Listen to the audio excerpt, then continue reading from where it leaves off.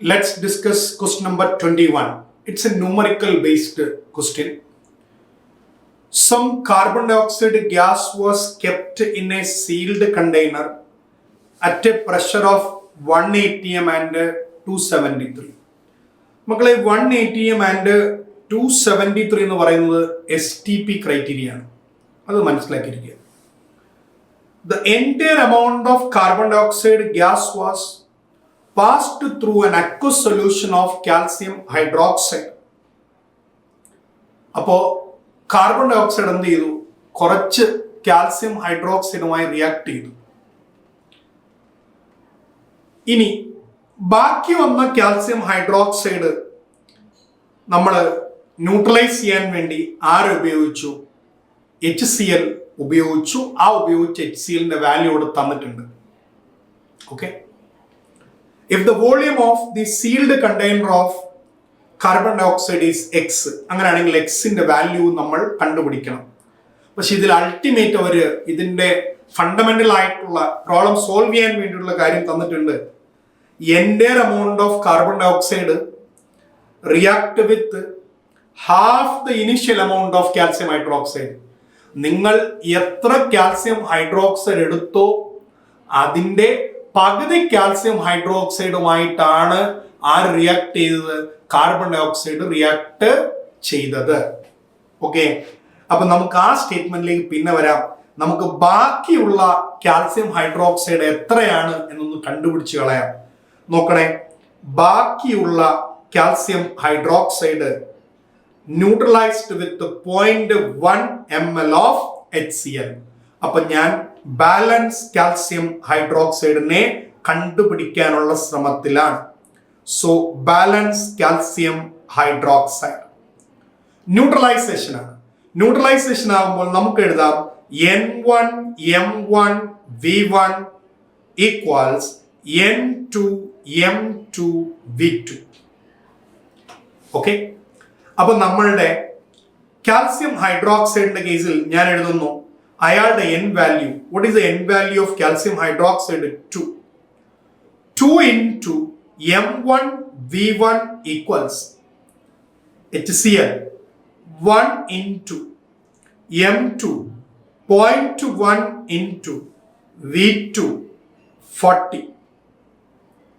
So when you cancel 2 and this, we get 20, or else we have a M1V1 equals 2 millimole. മക്കളെ M1V1 എന്ന് പറയുന്നത് മില്ലിമോൾസ്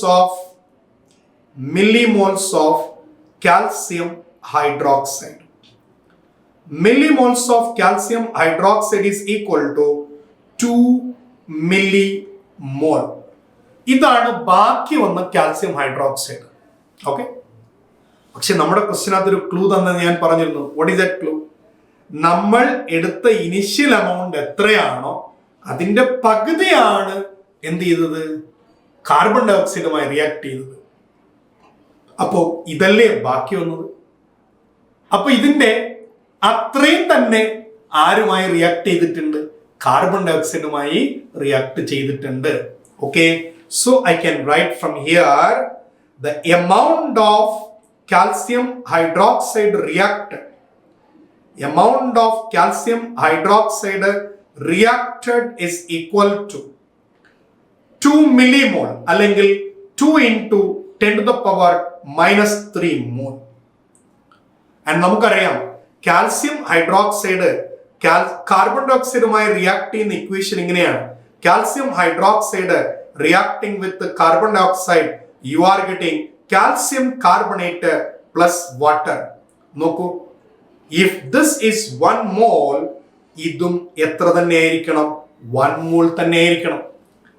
So here if it is 2 into 10 to the power minus 3 mole, അല്ലേ? If this is 2 into 10 to the power minus 3 mole, ഇതും അല്ല carbon dye ഓക്സൈഡും എത്ര തന്നെ ആയിരിക്കണം? 2 into 10 to the power minus 3 മോൾ ആയിരിക്കണം, അല്ലേ? അവർ ചോദിച്ചത് ആ കാർബൺ ഡൈ ഓക്സൈഡിന്റെ വോളിയമാണ് നമ്മളോട് ചോദിച്ചത്. So what is the volume of 1 mole of calcium carbonate? നമുക്ക് എല്ലാവർക്കും അറിയാം. സോ കാർബൺ ഡൈ ഓക്സൈഡ് നമുക്ക് എല്ലാവർക്കും അറിയാം. So 1 mole of carbon dioxide in the volume, 1 mole of carbon dioxide is 22.4 liter. But 22400. അങ്ങനെയാണെങ്കിൽ ഇത്രയും മോളിൻ്റെത് 2 into 10 to the power minus 3 mole, that will be equals അല്ലേ 22400 into 2 into 10 to the power minus 3, which will be equals അല്ലേ 22.4 into 2 means we are getting 22.4 into 2 അല്ലേ, which is equal to 44.8, which is equal to 45. So your answer for this particular question is 45.